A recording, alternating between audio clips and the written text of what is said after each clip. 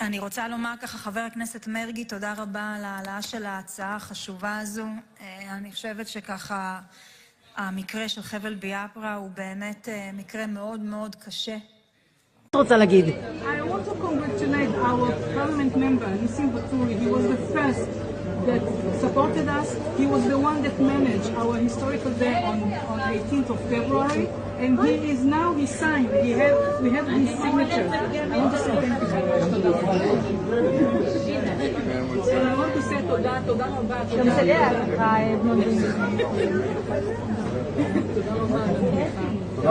תודה רבה, ניסים, תודה. אין עליך. So signed for us. So we have another signature a minute before we are going home. Thanks God. Thank God. Thank God. Thank God. Recognition of Biafra's United States of Biafra by Knesset, Parliament, which means lawmakers, lawmaking body in Israel is called Knesset. I just want to explain to my viewers to understand where I am going. I don't understand. In America, the congressmen are the lawmakers in America. In Israel, the Knesset parliament are the lawmakers in Israel. And Israeli security operatives is called Mossad. I want our viewers to understand where I'm going.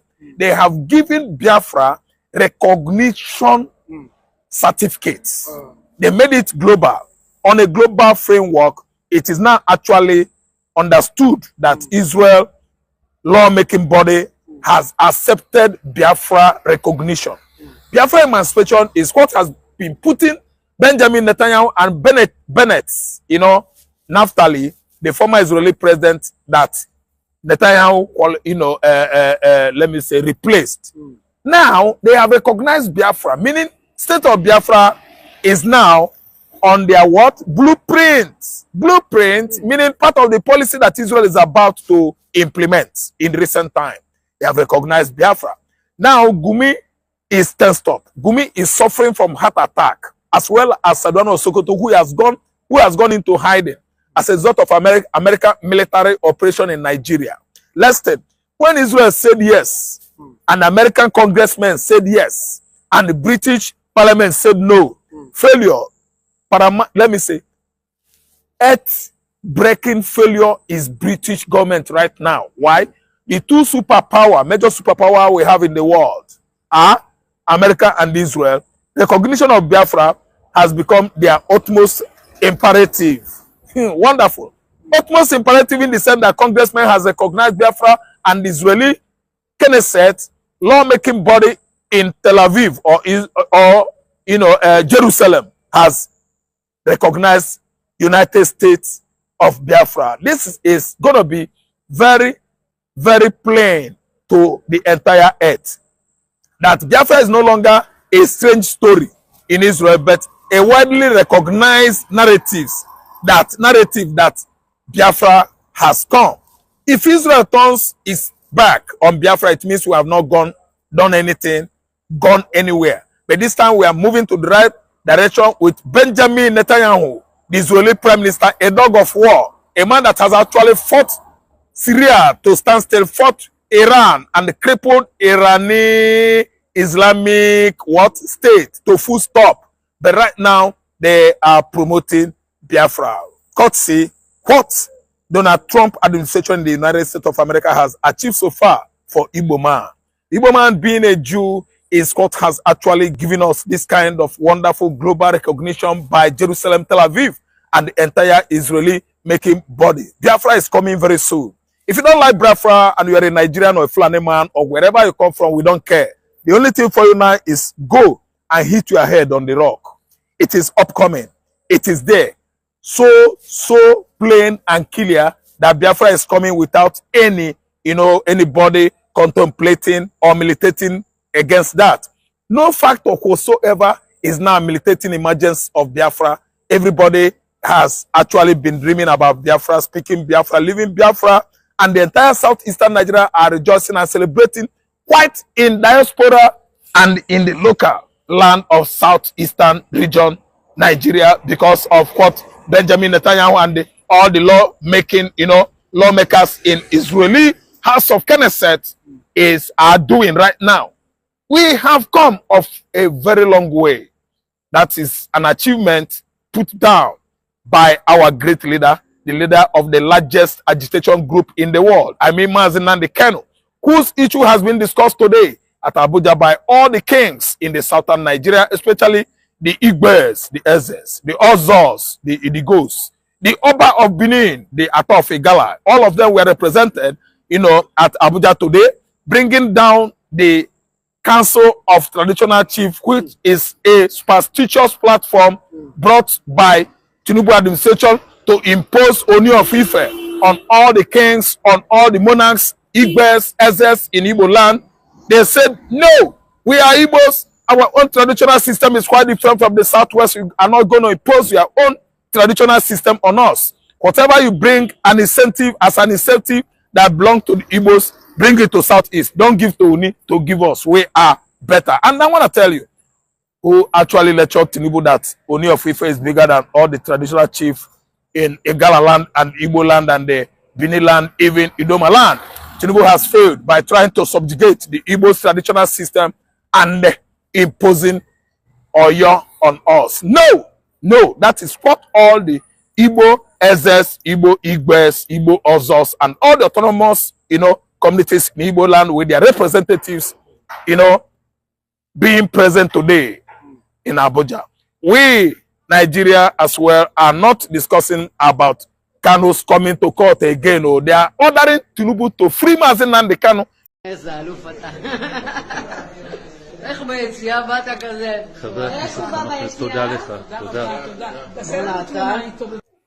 Big celebration in Israel as I'm speaking with you, because the Knesset members are finally signed up for a date for Biafra declaration, and this has caused massive celebration in Israel. But do you think this will come to fruition?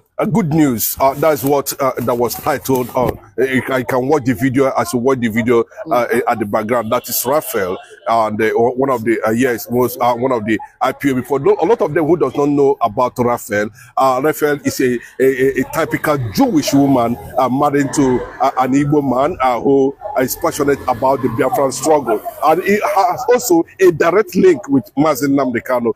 If you look at that woman, she has overwhelming influence within the Israeli government, and he's passionate about because he feels that the Israel and Biafra shares the same narrative, the same story, how Israel came up to become a nation, what actually transpired. And he went as far as telling the parliament from the news that actually break out before now that the 1967 1970 Nigeria Biafra war, that Israel was actually engaged in a war, and they were not able to do much to assist Israel. And secondly, the Israeli Jews have also identified as the Black Hebrews as being the Biafrans or the Igbo people. Let me just put it that way. And a lot of Igbos are residing in Israel.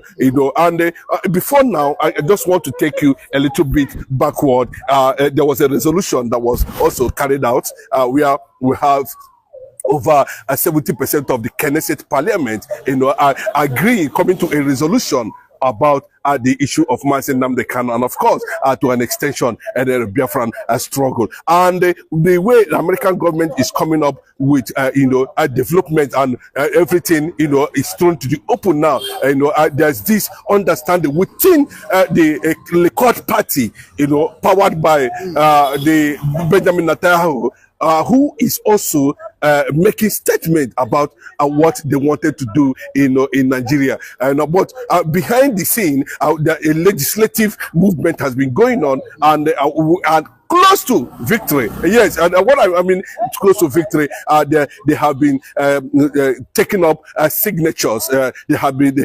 I think the last one was actually today, where they gathered the overwhelming required veto power in the parliament to mandate the Israeli Prime Minister Benjamin Netanyahu to go ahead and declare Biafra as a sovereign nation. A lot of people did not see it coming, but in fact, from what we are hearing, there's the Israelis themselves, citizens themselves, are in total jubilation. Because I always say it, there's a reason why Benjamin stated that they want an allied nation in West Africa. And when they made that statement, they were actually looking at the Biafran nation, or the recognition of Biafra to be able to create an ally of Israel in West Africa. And the most popular nation, or the most popular race or tribe that everybody is actually eyeing within that Middle East, especially Israel, is the Republic of Biafra.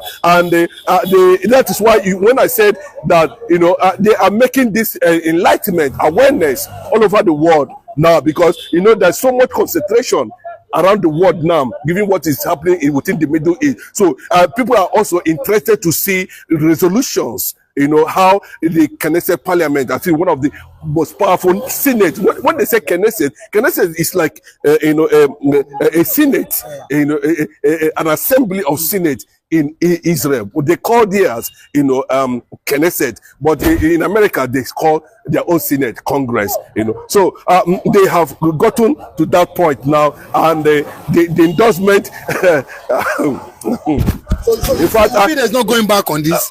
From what is happening now, you feel there's a very big chance and big hope for Biafrans that in no distant time Biafra will it looks like matter don't finish. You understand? Because Nigeria will be moving from left to right, pretending as if nobody can have anything over them, even though we know that Nigeria has actually lost their sovereignty. I wonder what they're going to do. Whether they are going to rise up and challenge Israel, say they don't have the power to recognize, they will face the consequences. But I always say that it has gotten to the point that the global world, the most powerful nations, are going to play a major role in Biafra, a struggle and recognition. And I said it very clearly that if United States continue to play high level of diplomacy on the issue, even though they have their own plan at the end of the day, but we would know that during the last visit, the 7th visit of Benjamin Netanyahu to Washington, where he met with Donald Trump and all that, there was a leaked report that the issue of disintegration of Nigeria was also mentioned, and the only thing that is on top of the table currently now is Biafra. So the parliament themselves, have sat down, and they are taking up signatures, and they have concluded that. So what they are going to do, for people who does not actually understand what is actually playing out, when these things are being properly, done through the legislative chambers, and with Benjamin Netanyahu securing another major victory among the Likud party to lead Israel in an election again, gathers a lot of momentum, and also triggered a lot of jubilation among Biafran communities all over the world, those who understand what is actually playing out, to the surprise of many, like Mazen Namdekano will also say. And the most beautiful thing there is that Mazen Namdekano case matter is also being discussed, but the primary aim is that they know very clearly that the liberation, when these things are being concluded, that Mazen Namdekano will not stay in Sokoto prison while Biafra is being recognized. And what they needed to do is to mandate the Congress or United States of America not to issue a statement that Mazen Namdekano should report to Washington, D.C. for a brief meeting with Donald Trump. Maybe from there, he will now move to Israel and other, and within a space of days, on recognition, then we'll see a different thing entirely. At least Israel has made their stand known about Nigeria. Yes, anybody that tells you, even Asorock, that tells you that the Israeli Prime Minister has not made a statement about Nigeria and what is happening in Nigeria, that means they are not saying the truth. But they wouldn't want to come out straight to tell you, this is actually what they are looking at or what they intend doing. But it's become very crystal clear when you see their Senate, the Knesset Parliament, taking decisive steps towards the recognition, plot, and reaching a certain agreement, with Biafran Israeli lobbyists who has already seems to have dominated the parliament in that regard, getting endorsement and support of almost on daily basis, adding up to what they used to have before. And once that thing is actually agreed, like what we saw today is going to be the end, they are going to make their resolution finally to the Prime Minister of Israel, Benjamin Netanyahu, and possibly in a short while, he will just come up one day and announce the recognition of Biafra, just like the way they did in Somaliland. And remember, Ted Cruz has also prophesied that, from Somaliland to Biafra land, these are classified informations. A lot of people will not want to, read meaning into it. But, looking at things from different, perspective, from the perspective of which we believe that the Biafran time has actually come. And we continue to celebrate this. Biafras all over the world we continue to celebrate this victory. It's a big victory, and no matter how you see it. And Israel is a trusted ally in terms of, when they come up with something, they don't go back. Even though the United States of America might be playing high level of diplomacy, in trying to make everything look as if at the end of the day, they know where they are actually headed. But, the Israeli system is, is quite different. They don't like conspiracy, whether be compromised. Let me put it that way, but when they tell you that A is A, you should be able to know that A is A. There seems to be a victory smile everywhere, jubilation, tears of joy. That nobody saw it coming, that this has gotten to that level. But we must celebrate, the legacies Mazi Nnamdi Kanu left behind. And I keep on telling people there's a reason why Mazi Nnamdi Kanu established 100-men committee. It's not to disrespect the DOS or IPOB, but the fear of infiltration, and those, unfortunately, those 100 men is not known to anybody. It's only known to, the structures of Mazi Nnamdi that have already created, and they are going to have a deep impact in what is going to come at the end of the day. But do you think that if not for the war going on between Israel, Iran, and US, do you think by now Biafra should have, the Israeli parliament should have done what's supposed to have done? The war, exposed a lot of things to even the Israeli government and the American government too, because it was discovered that most of the terrorist organizations, jihad, had been carried all over the world, that Iran is actually, behind them. And there's no how they will create a new nation without dismantling some of this network, within Africa, West Africa, and beyond, and that is what they are trying to do, because, it will actually take some time for Biafra to actually, be rooted as a nation that is just coming up, or that is just, taking off without any further threat. So that is what it is actually strategic. I can tell you that. And by the time they are trying to re-elect Benjamin Netanyahu for the second time under the Likud party, it is going to be very, very serious, because Israel is going to play a major role in establishing the structure security-wise in Biafra land. Having invited Mike Emeagwali, the computer guru, who was able to, how would I put it, calculate over 1 million words in a second. That is Emeagwali is currently in Israel today, as I speak to you. Renard Emeagwali, and everybody knows him. A Microsoft guru, one of the people that discovered, what we are talking about today in terms of, computerization. Yes, he was the first person to calculate 1 billion informations in 1 second. It was a major breakthrough for him, and he happens to be an Igbo man, and currently now he is in. We don't know why the Israeli government actually invited him, but I can tell you it's in connection with the Biafran struggle. We are trying to build a Biafran nation that will be, security guided by, as a result of, where the world is actually heading to now. The AI era is already around, and there's this understanding that there should be protection of, our sovereign secret intelligence files, and that's what I believe one of the reasons why Emeagwali was actually invited by the Israeli government. What do you think after the declaration of Biafra by the Israeli government? Do you think the next step for the Israeli government to take is to make sure that Nnamdi Kanu comes out, or do you think they will do the coming out of Nnamdi Kanu before the declaration?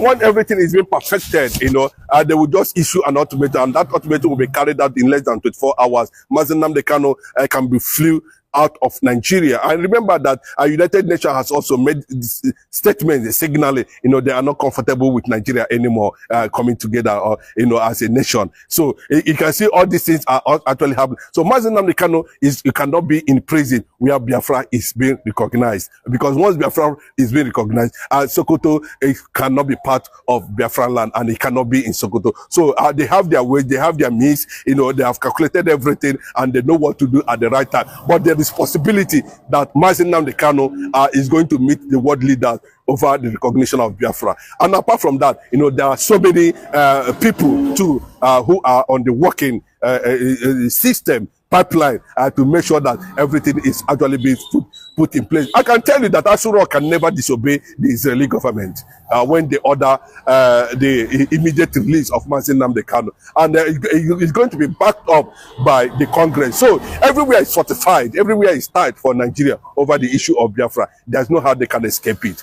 Nigeria must go to the end at the end of the day, and Biafra will emerge, victorious. We don't want to know anybody that feel otherwise should go and fight for his own country. Time of mockery has come and gone. We lost over 6 billion Biafrans during the Nigerian Biafra war, and this time around, I don't think it's going to repeat itself.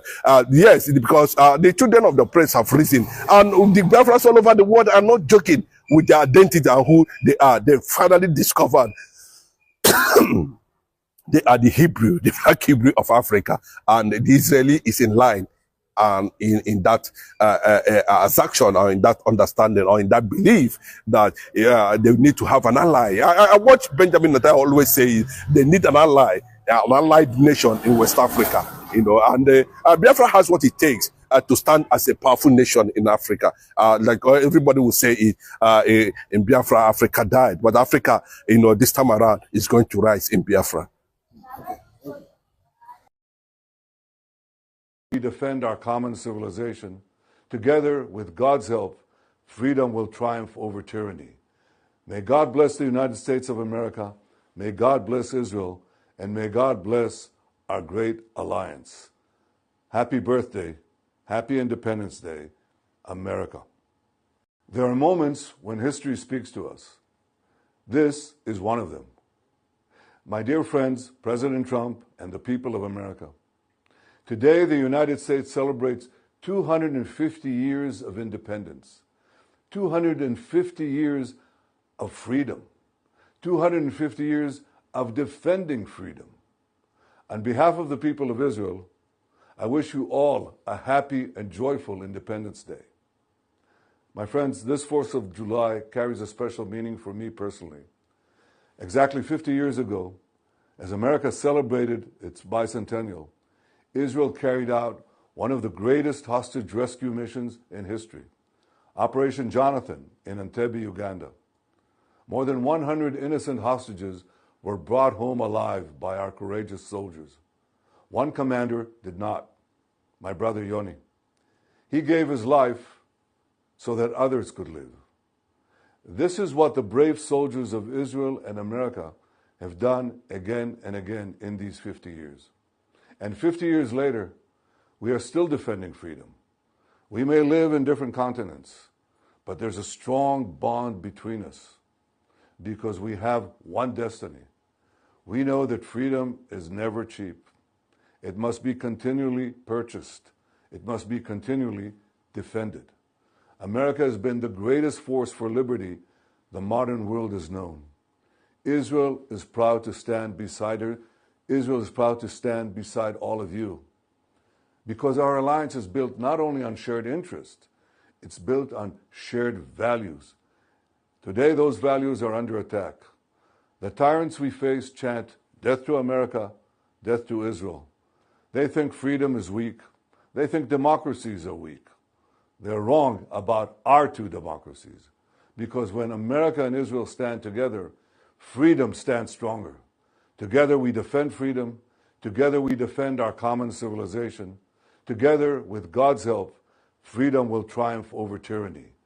May God bless the United States of America. May God bless Israel. and may God bless our great alliance. Happy birthday, happy Independence Day, America.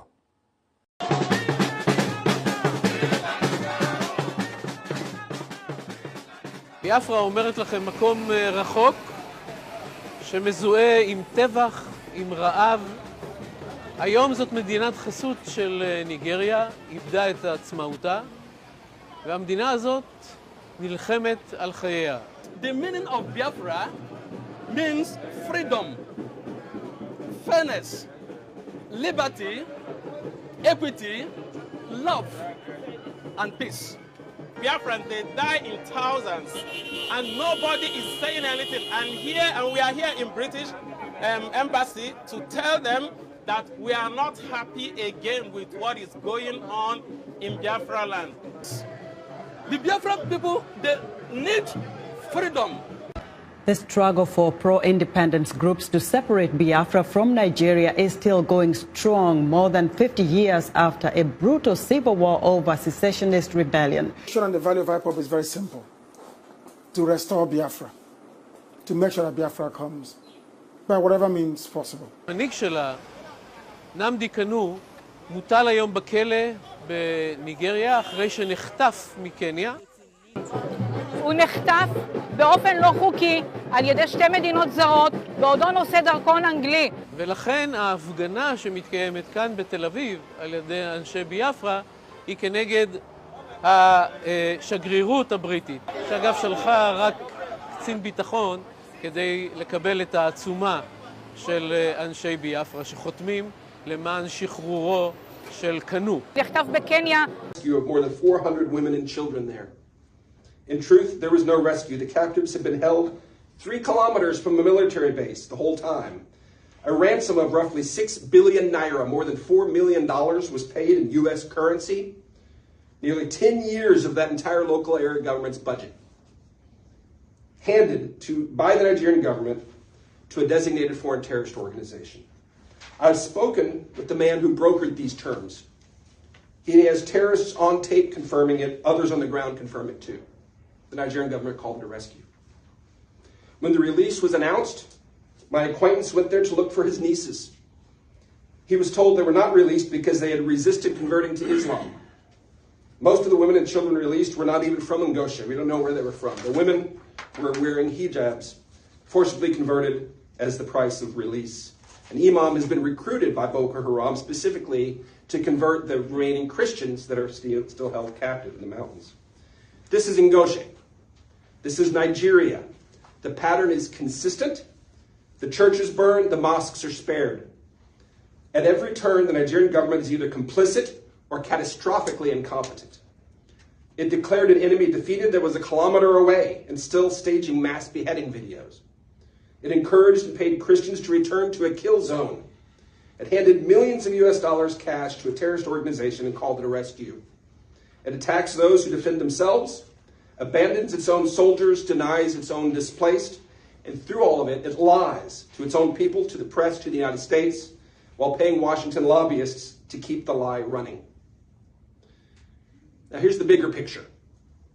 This is not just religious persecution.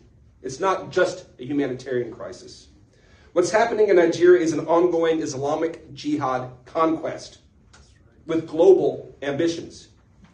It must not be filed under international religious freedom, where good causes go to die. This is a vital national security issue. Nigeria is the 6th largest nation on earth, on track to be the 3rd largest by 2050. 1 in 13 humans alive will be a Nigerian at that time. It's a top 5 OPEC producer with $1 trillion in minerals. Its trajectory is unstoppable. The only question is who controls it and whether it carries great good or great evil. This is what you must know. Nigeria is captured by a 220-year-old Fulani caliphate. They project the illusion of secular democracy like a reverse Wakanda to hide its rotten core. The caliphate was the largest pre-colonial empire in Africa, and it is still today the largest enslaver of free Africans in the history of the world. Still doing it. Its founder was a Fulani warlord, Usman Dan Fodio, A blood descendant of Muhammad, his teachings are widely revered and taught today. His grave site's like a mini Mecca, they call it. He founded the caliphate explicitly to be the platform for the Mahdi, the prophesied jihad messiah. That's all through his writings, his teachings, which are still taught and revered today. To purify the platform for the Mahdi, he taught and practiced a virulent doctrine that Muslims who do not submit to their rule and join the jihad must be slaughtered. This is, of course, in addition to Christians and others who stand in the way. That's Dan Fodio's doctrine that's taught today and revered. The colonial British did not conquer the caliphate. They co-opted and rebranded it, partnering with it as their enforcers and deal makers. They called it indirect rule and locked in its control and independence. They armed, supported, and covered for it when it starved some 3 million Nigerians to death, mostly children, during 30 months in 1967 to 1970 for refusing to submit to the caliphate. They ruled through military dictatorship until 1999, when one of those dictators wrote and inflicted a constitution that mentions Sharia in Islamic terms 165 times, not one Christian reference. It ensures the Caliphate North permanent control of political power, money, minerals, the military, and government jobs. That's what Nigeria is today. The same tribe, the same tactics, the same results, what we are seeing today in Nigeria is one unbroken jihad and genocide since 1804, following the methods, the teaching, and the prophecy of the Caliphate's founder. This is the longest running genocide on earth today. In total, up to 6 million killed, 10 million enslaved, and 25 million displaced since it began, unbroken. By my own calculation, and it's drawn from the historic record. The ruling elite is stronger and more in control now than ever. They continue to purify Nigeria to be the Mahdi's platform, and they are on the verge of completely hijacking the nation's trajectory. Today, the man rewriting Nigeria's national curriculum, every subject, every grade level, is literally the top scholar for the Boko Haram philosophy. He calls his work intellectual jihad. He controls the classrooms of some